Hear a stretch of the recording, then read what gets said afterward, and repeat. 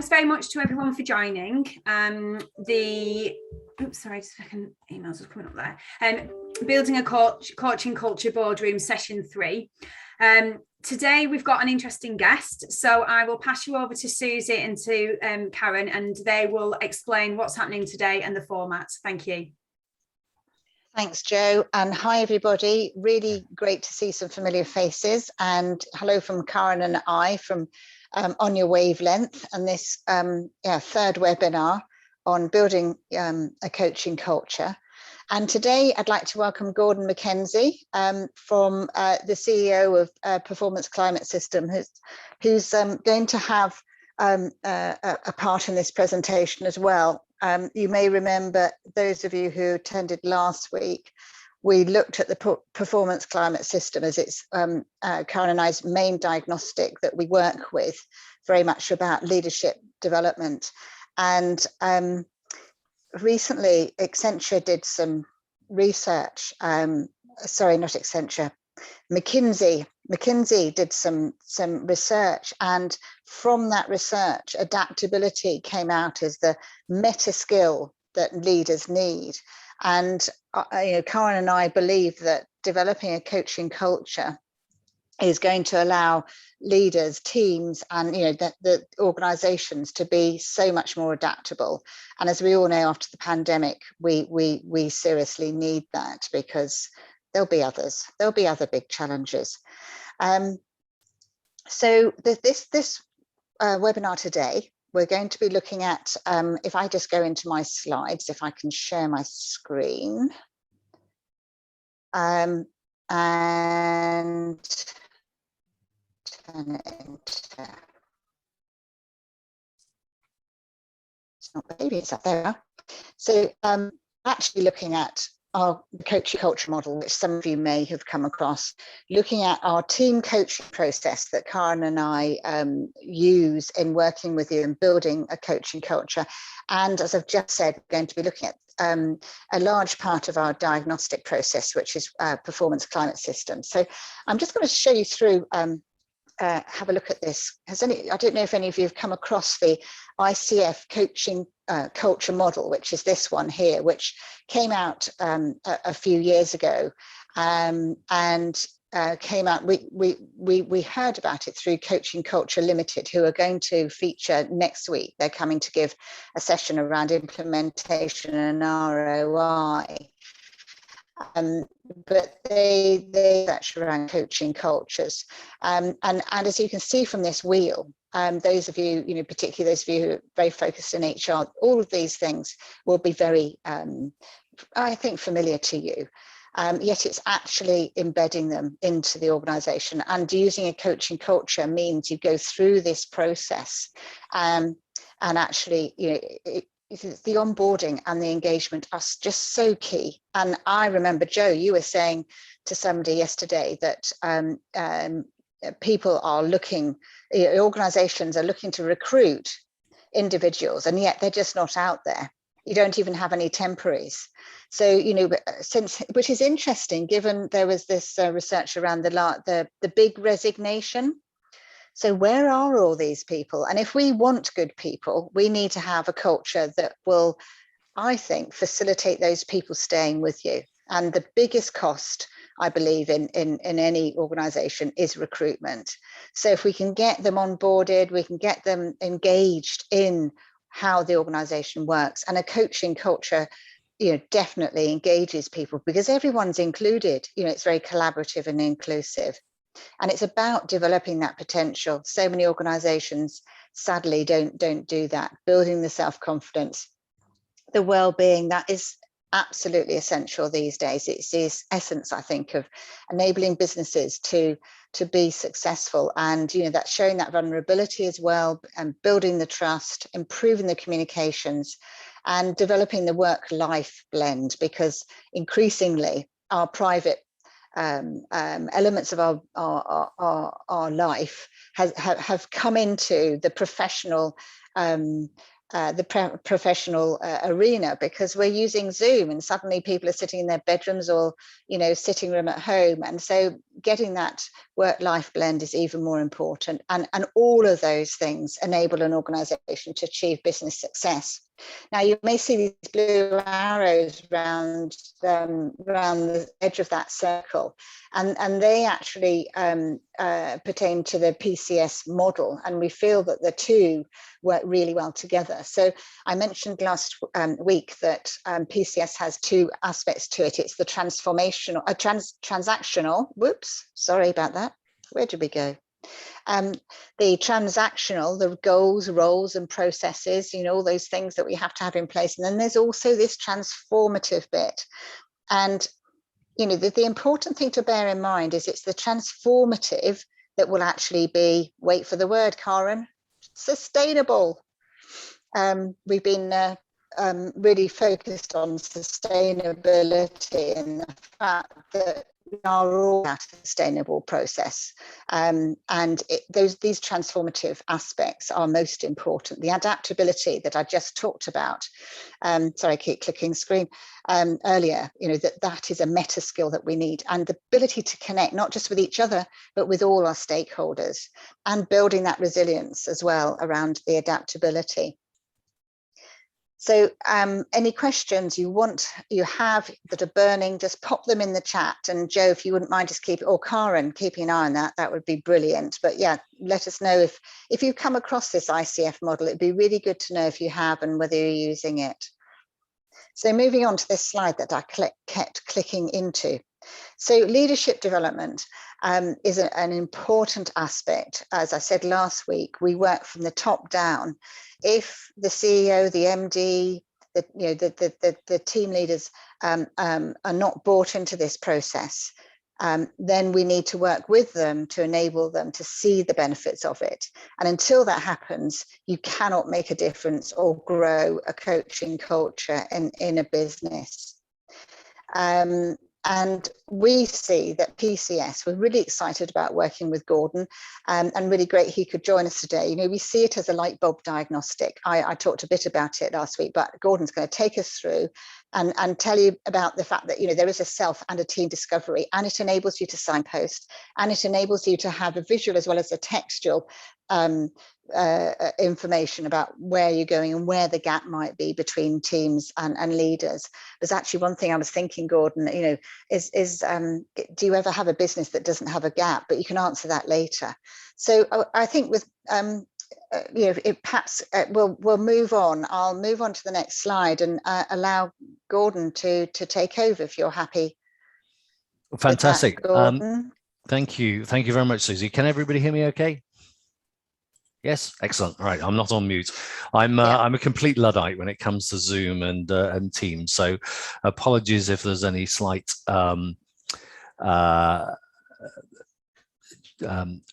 confusion when I take over the slides in a second. As in the short term, Susie, I'll just ask you to flick forward on the slides until we get to my bit.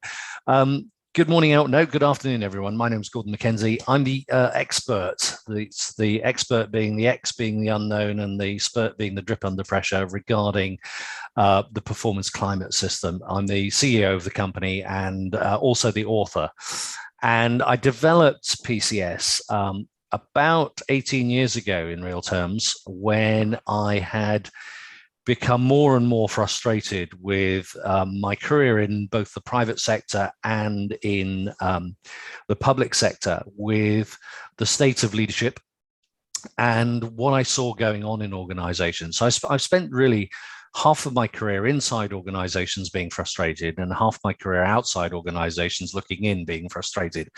And my frustration really was around how inept in many cases we are at developing leaders, at developing high performance in teams. And I've come from a culture, I started my career in the Marines many years ago, and it really was around creating that high performance culture or climate. And I subsequently worked with an organization called Hay McBurr, who were very big on job evaluation and competencies. And their big thing at the time was also the whole aspect of organizational change. And I was part of that practice some years ago, back in 95. I came across some theories around climate at that point, which blew me away. Now, Hay was also very famous for doing engagement surveys and staff satisfaction surveys, which frustrated me enormously. I use that word quite a lot. And the reason they frustrated me was many organizations would employ Hay to provide them with a staff satisfaction survey or an engagement survey. And those surveys came in a huge paper wodge at the time, half a rainforest. And I saw so often the leadership team sitting there with the data, and too much data to really analyze. And they would focus down on one question they didn't like and say, can we change that question next year because we don't like the results for that? And so this satisfaction survey would change year on year. And when I looked into the research, I couldn't see any direct correlation between engagement or staff satisfaction and performance. And for me, it's around people and performance. What I did come across at the time was some great research by McClelland and Boartis and Lyle Spencer, and also the work by Ed Shine and Stringer and Litwin, all around teams and climate and the link between climate and performance. And I got really excited about this and started to work with it. And the best way I found of describing it is that an organization has a culture, and that's hardwired. That's the personality. It's often within the founders and is very difficult and slow to change. Whereas the climate is much more of the mood in the organization. It is the way it feels around here. And the best way I can describe it, as consultants or as coaches, we go into organizations and you walk into one part of an organization and you go, oh, wow, this is a great place to work. This feels fantastic.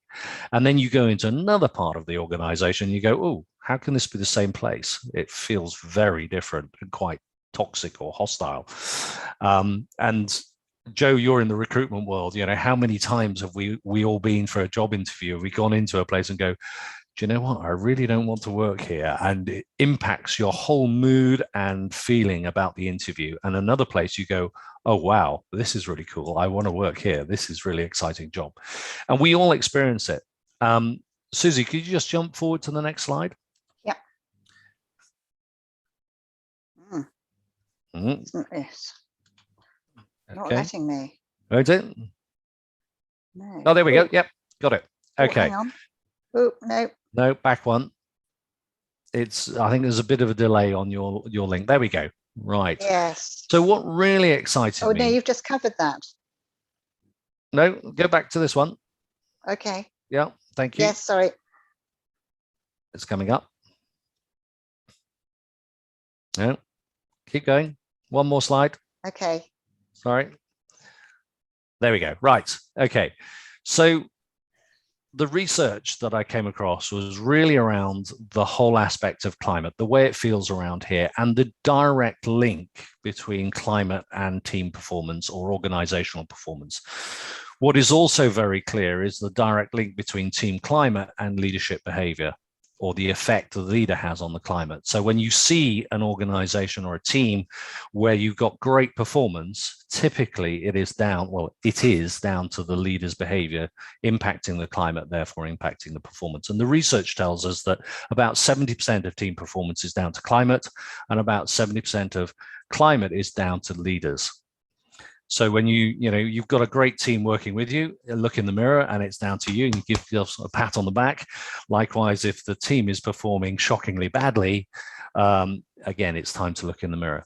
And that also impacts individual motivation. So the question I'd ask you is, think back to the time at school in your best subject versus your worst subject.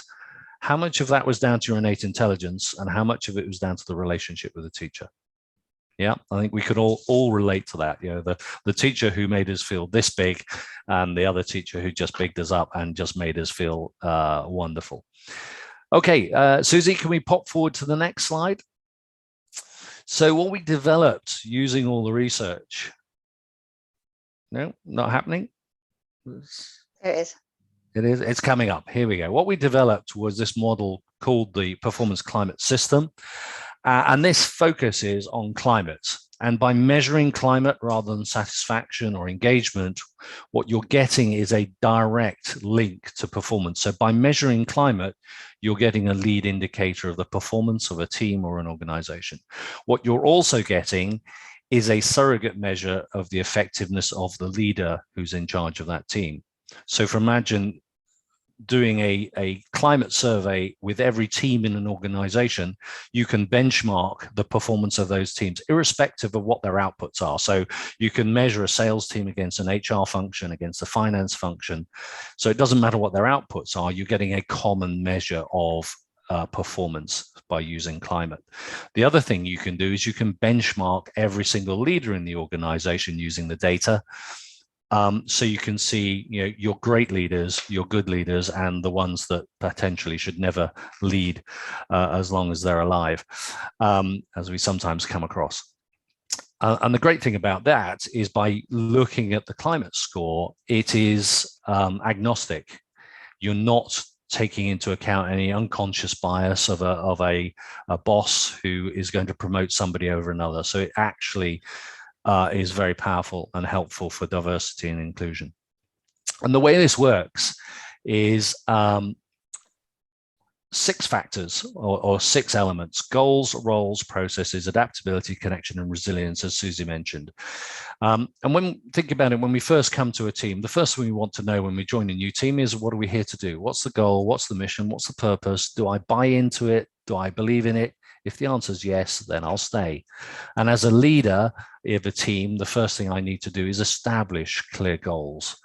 Once I've done that, then we need to really understand the roles and the responsibilities and the structure within the team. And does that fit with the goal? And then finally, do we understand the processes that are going to deliver the performance we're looking for? So, have we got in place the right processes and procedures to make things happen? And these 3 elements, what we call the transactional bit, as Susi mentioned, are going to deliver performance. Okay, so get these 3 things right and you will deliver performance. So they will enable performance. The other 3 on the transformational side of the model are around sustaining that performance and inspiring performance over time. So as soon as you've established clear goals and roles and processes within a team or an organization, something will change. Legislation, Brexit, COVID, working from home, whatever it happens to be. And then we need to be adaptable. We need to change our goals, our roles, or our processes in order to adapt to the new situation. Connection is crucially important, but as I learned as a very young Royal Marines officer, trying to make everybody like you before you've established trust and credibility is a waste of time.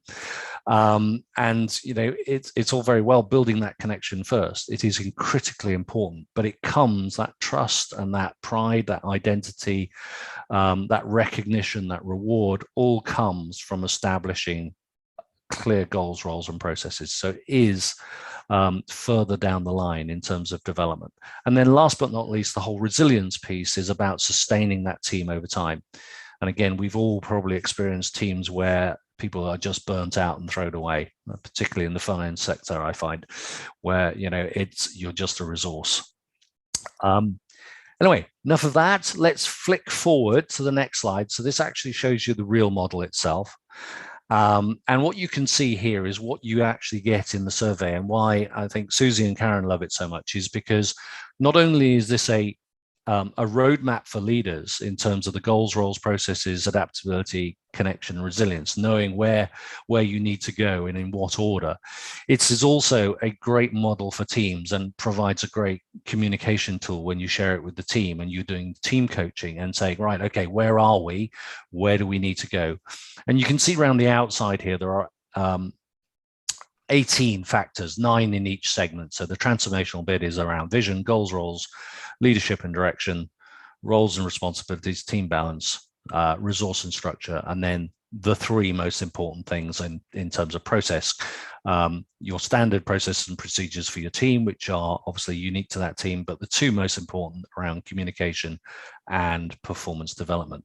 Now you can see on this, this is an actual set of results. You can see the team's view in the purple line and the leader's view. The leader's kept separate on the basis that in my humble opinion, leaders should not hide behind data and should be seen and counted. The great thing you can see from this, though, is this particular leader has a very good feel for what's going on with their team. So straight away, you can get a very good indication of the effectiveness of the leader because A, they understand what's going on in the team and they're closely aligned. And you can see in this case, this leader is slightly more transformational than transactional, which is probably appropriate because this is a climate score of about 70%, and I'll show you some more data in a minute. But you can see all the different factors here around each of the 6 segments. And the one thing I would like to highlight is the whole thing around resilience, because this is the support, this is the optimism that the leader and the team provide each other. It is the life balance. Is this a team that is able to sustain its performance over time, or are people burnt out and feeling abused or just used? And again, with people hybrid working at the moment, working from home, I think that's a huge factor that we need to consider. So the great thing about this is you can still do a team climate survey with a remote team. You can also do it with more than one leader because you can combine leaders' scores. So if you're working in a matrix structure and you've got one leader sitting in the US and a local leader from your local function, you can combine their scores into the same line or add an additional line. I'm going to just show you a live version now. So I'll keep it very short and quick. Can you let me have access, please, Joe? I thought it was interesting, actually, Gordon, just looking at the leaders graph there, that the life balance isn't quite there. It's lower down than the rest of the team members. Absolutely. Which shows honesty on his or her part as well in sharing that. So the one thing I'm showing, can everybody see this? I've got a new screen up. Yep, fantastic. So this is your dashboard for the PCS. And you can see in it, you can set up live campaigns, all sorts of things. I can click on the live campaigns, see what they are. I can add, obviously, the names and the email addresses, start a survey. If people haven't completed it, I can send them reminders very simply. But what I want to show you is the sort of power of this thing in terms of at the organizational level. So if you are able to work with different leaders in a business, here's an example. We've got all the teams in this particular business, and you can see how they progressed over time. The other thing I can do is I can click on each of these climate scores across the organization and compare them. Ooh, move you guys out of the way. There we go. And you can see I can track the performance at any particular point in time. So I get this lovely snapshot of what's going on in the organization. One client used to put this slide outside of their cafeteria, and it was fantastic in terms of creating debate, because people would go, "Oh, your team sucks," and the other people would go, "Hey, your team's really good. What is it you guys are doing in this area?" And they would get the debate and then go back to their bosses and go, "Hey, boss, you need to do this. The other team are doing it." And very rapidly, within the space of 18 months, all of the spider diagrams were consistent and high. And I'm just toggling that because now we can see for Porter and Schott, we can see an overall climate data for this particular point in time. So we can look at the individual teams and we can look at the overall climate. Now, what I wanted to show you most of all is the actual tool. So I'm going to come out of this now. Stop sharing this screen. New share. I'm going to go back to a new share. And here is the report that you would get. So you can see it's interactive. You can also have it in a printed format, but I prefer to not use paper. And here you can see a different team. Now here you can see the leader and the team's view, and you can see this is a very different leader. Here is a leader who is a legend in their own lunchtime and thinks, or is trying to make you think, that everything's perfect. We've never come across one like that. And the team have a slightly different view. And you can see the overall score here is 46.9. So you're measuring the team out of 100%. So it's a very simple way of looking at every team and every leader. As well as the spider diagram, you can click on each of these and get a little insights. There's a little video here on what each one means. So again, when you're coaching with your particular clients, there's some questions in here. So if it's a really low score, what sort of questions you need to improve, to ask to improve, right the way through a good team. Some teams, there's again a little video, and there's also some other resources in here around what you might want to send to the clients as a taster to get them to think about it. If we go down, this is the overall climate score. So blue is a high performing team, 80% or above. Green is good. Amber is, we've got some issues we need to address, and red is pretty toxic. And you can see the same data in a tabular form. And here we see the leader's view. Again, nowhere to hide for the leader. So the leader thinks the team climate is 95%, and the team are very different. And you can see the same data in different tables, so the highest score to the lowest score. And you can see the individual questions. So it breaks down into the 54 individual questions, and you can see it highest to lowest, or click it lowest to highest. So again, lots of easy ways to interpret the data. And section 2 is there to corroborate section 1. And what we've done with section 2 is put in Tuckman's stages of team development and Thomas and Kilman's conflict mode. So with a team that's high performing, you would expect the stage to be at the performing stage. So you'd expect a blue 80% plus to be up here. And as you can see, the leader is the asterisk. The leader thinks it's performing and everybody's collaborating effectively. Whereas in reality, the team is saying, no, we're storming, or we're between forming and storming, we're avoiding and competing. So they're on this line here, and this is the 40% line. So actually this is, corroborates what we're seeing. So it's a storming team where there's lots of conflict going on, and people are definitely avoiding or competing in terms of their behavior. Now, what's interesting, when you're in the forming stage, the focus needs to be on goals, and people tend to avoid conflict. A transactional style, that more hands-on management style, is very appropriate at this stage. And you can see that actually there's very little difference between transactional and transformational style in this particular leader's case. But transactional works at this level. But when you've got a norming and performing team of capable individuals, then a much more transformational style works. And the last bit of this, and I'll stop at this point, are the qualitative questions. So you've got the quantitative data to start to see and analyze what's going on within the team or across the whole organization. And then you've got the qualitative data. So question 1, what's the specific goal or objective of the team? If you've got 10 different answers here, as a coach, there's your starting point to work with the team and the leader. What's good and positive and working well within the team? What needs to change or improve?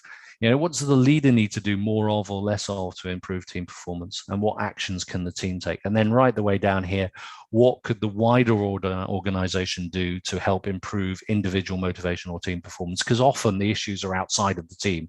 It might be an inappropriate remuneration system that's actually damaging performance or motivation rather than enhancing it. So as an HR director or as a CEO, I can see this data and I can look at it and go, gosh, there's things I need to do here across the whole organization.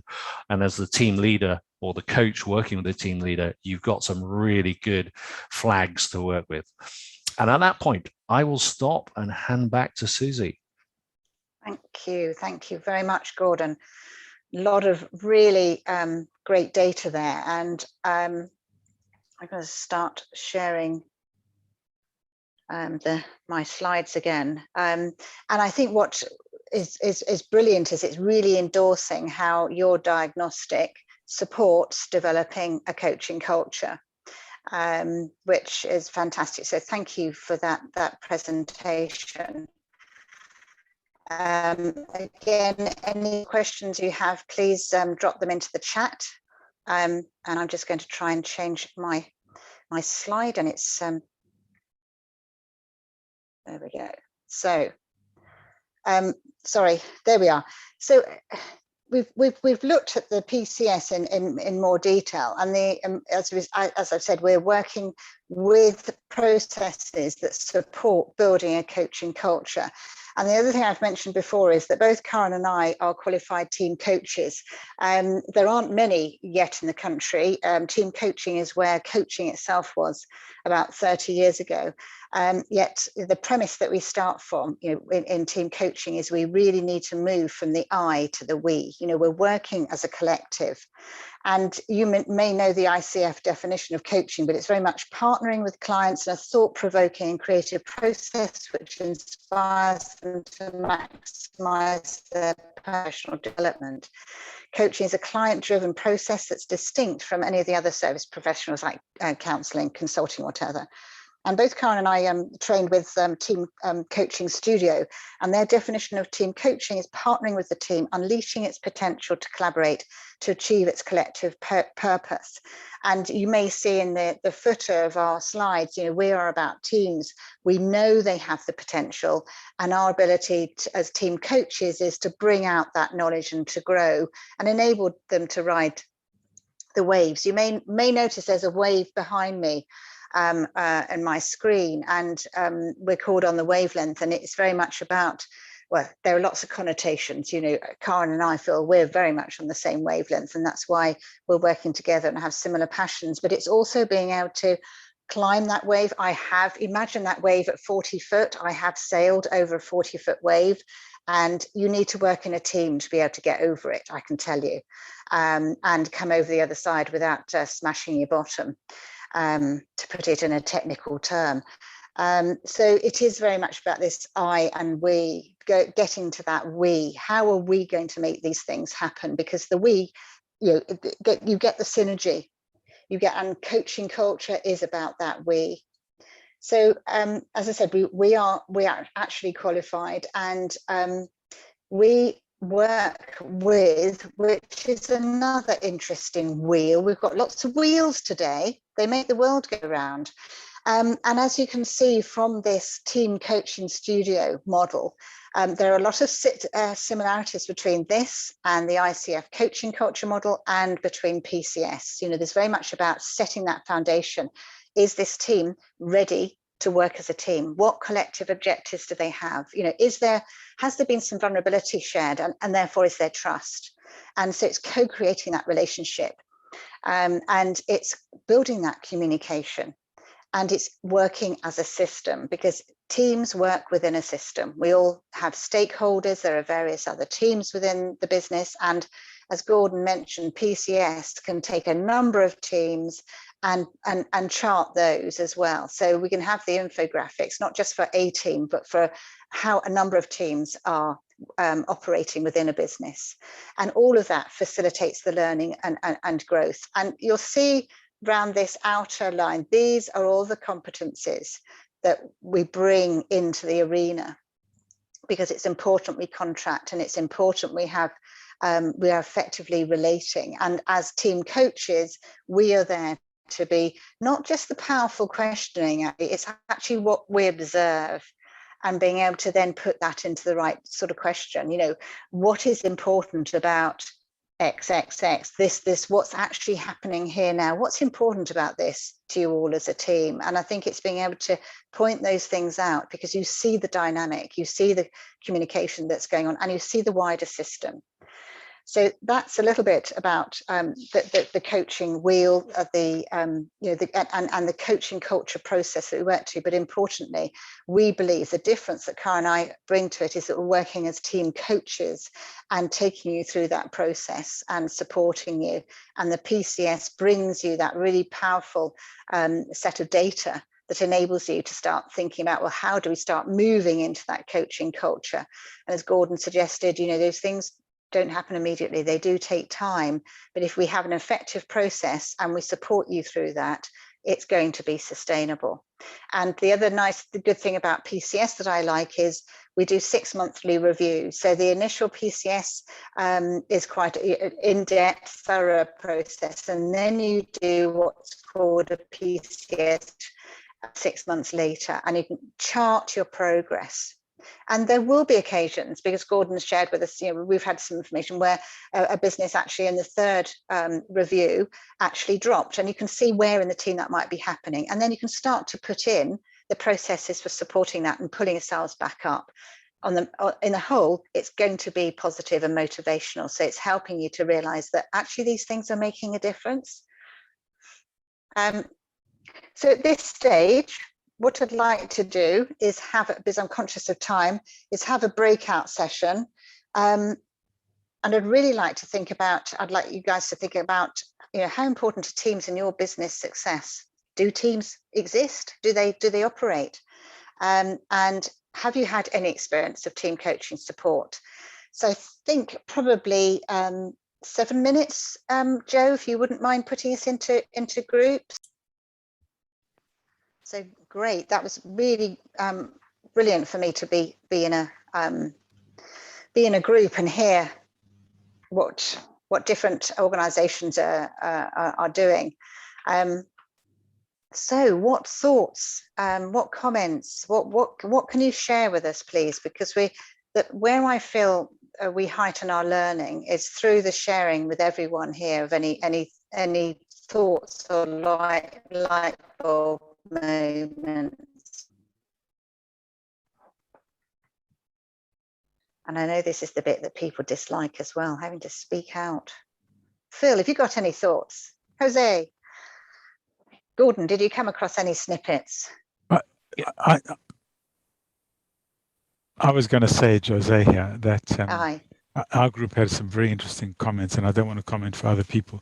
But what I found that gelled for me from what we were talking about on PCS was the fact that I used to use something called SIP, which is from the NPI at Rotterdam University. I don't know if you know it.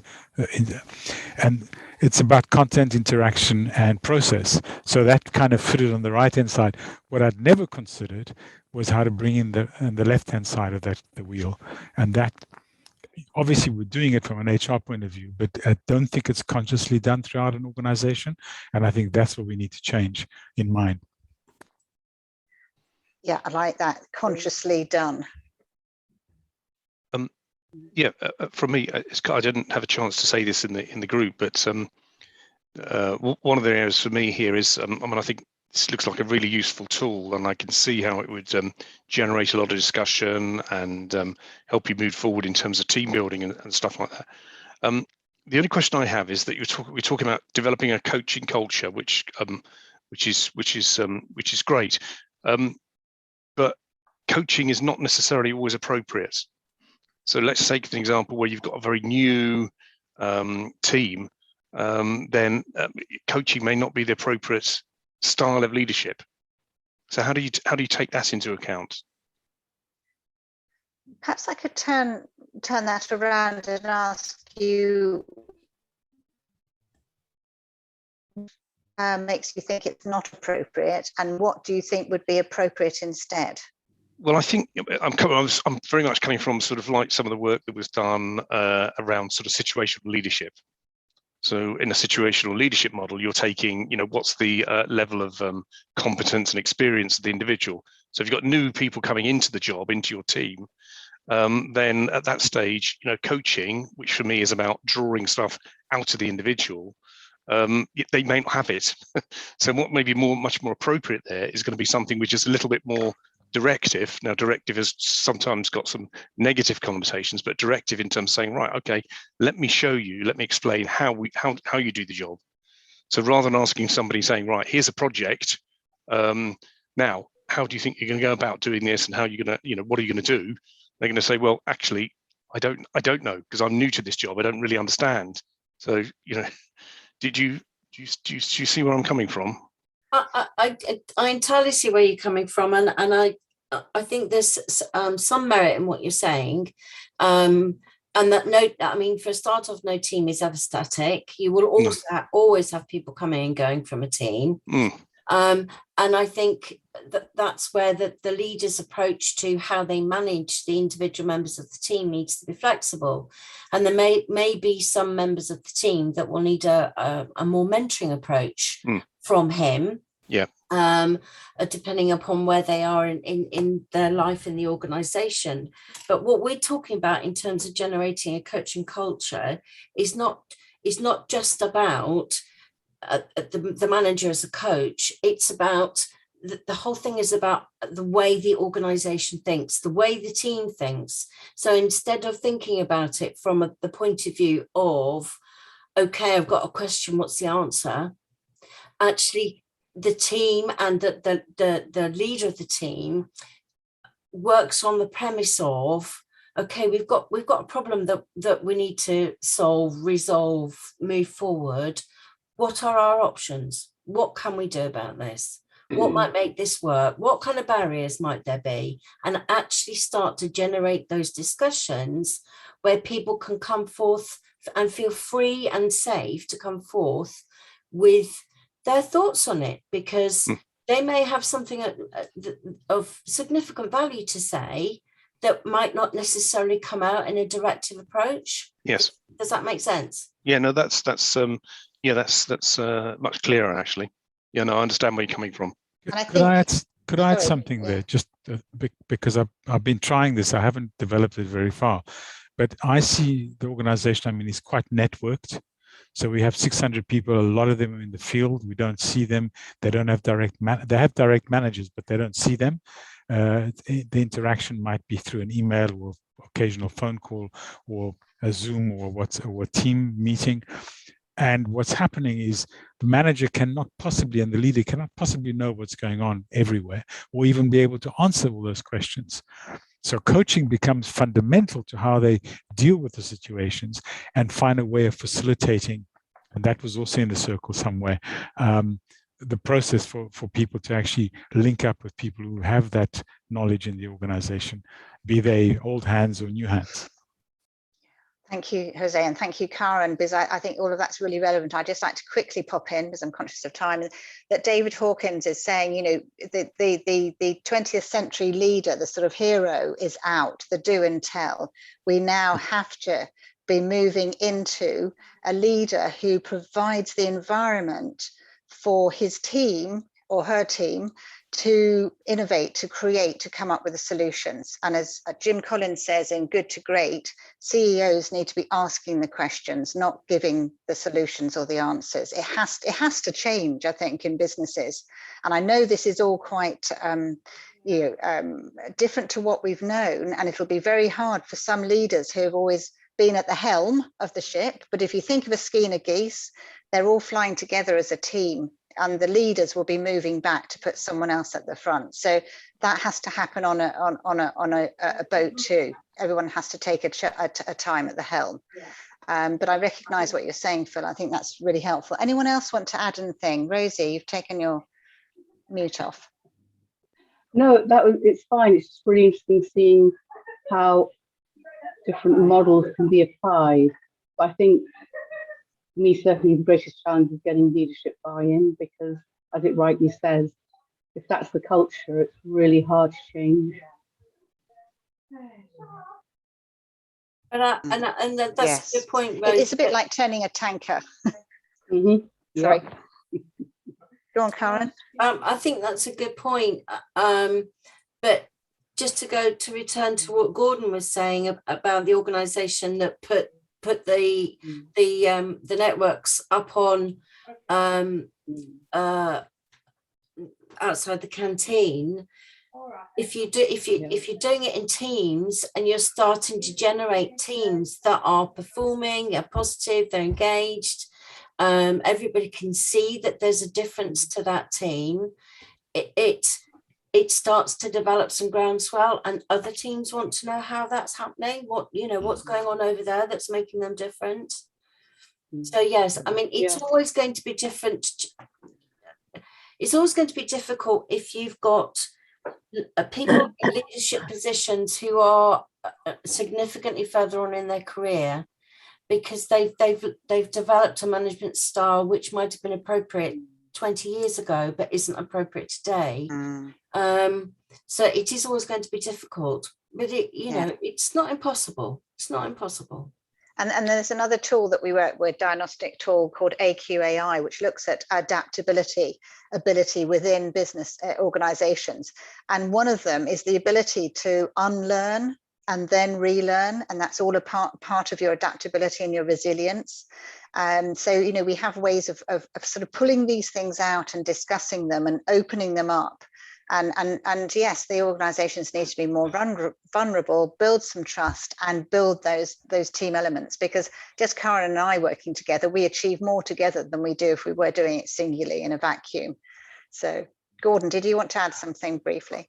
It was just something I picked up once about osmosis in organizations, and for me it really links true with culture and climate. So building on what Rosie said, it is very difficult to change the culture of an organization because it's really embedded with those who've been there the longest, a bit like the roots of a tree. The roots of a tree are very, very, you're not going to change them. They're very hard to dig up, and water comes into a tree through osmosis very, very slowly through those old cells in the roots. But actually the transition of water in the leaves, the green shoots, the young, is very, very fast. And I think by focusing on climate rather than culture, you're quickly able to change small parts, those green shoots, very, very quickly. And that does influence the overall structure, the overall environment that you're working, and certainly I've seen that with big companies like Reuters, with an oil company, and you see it much quicker in small companies. So it very much depends on scale.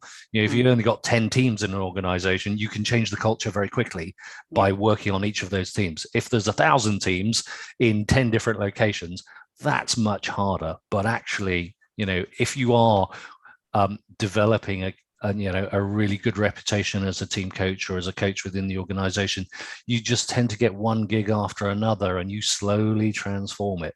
It's frustrating sometimes, but it's great and really rewarding when you get there. Thank you, Gordon. That's some really good examples there to work with. I'd like to quickly work through this, the remaining slides. If my well, I don't know what's happening here today, but so just to quickly work through, because we've got a couple of minutes left. I think we've talked a lot about PCS, we've talked a lot about team coaching, and for Karen and I, getting to the heart of the team potential is about using our team coaching skills and working with the team to come up with the best solutions, processes, a real understanding together, an awareness, a commitment, and out of that comes decreased absenteeism. Research shows this, and increased in collaboration and motivation and satisfaction, and PCS can help that happen as well through those reviews. And we've got Coaching Culture Limited coming to talk next week, who will talk more about their solutions, because we're collaborating with them as well in providing coaching support solutions, and also their research on return on investment, because I know that's going to be the most important thing for our leaders is, what does this actually equate to when we invest all this time and effort in trying to make these teams operate more successfully and happily, have some fun. What's in it for us was one of my boss's little anagrams. What's in it for me? What's in it for the business? What's in it for the organization? So I know I've got to try and wrap up. I hope, it's really good to see some of you again. I sense there's, growing interest. It's really also really nourishing to hear us talking about it, because that's where I think we start to get a groundswell of interest and understanding. And I'm really heartened by the amount that organizations are doing regards coaching and teams as well, working in teams. As I say, the final webinar is next Thursday, where we'll be looking more implementation and ROI, and Coaching Culture Limited will come to join us. Is there anything in the chat, Karen, that we need to address now, or we can address later if there's anything that comes up? I've responded to some of the questions. There's a great deal of interest in the difference between one-to-one coaching and team coaching. So I've said that post-event we'll send out some information about the core differences. Yes, because at the end of the 4 webinars, we will be sending out an information pack to all of those who attended, There'll be lots of information. And if you want to get in contact with either Karen or I, Joe, happy for you to share our email addresses if you want to make contact, or we're on LinkedIn. And look forward to seeing you next Thursday. I'll hand back over to Joe, and I want to say a big thank you to Gordon for coming and joining us today. Been really good. Thanks very much, Susie and Karen and Gordon. Thanks very much to everybody that's joined us today. Hope you've enjoyed the session. Obviously, next week's session is the last session of the 4, so hopefully we can see you there. Thank you very much.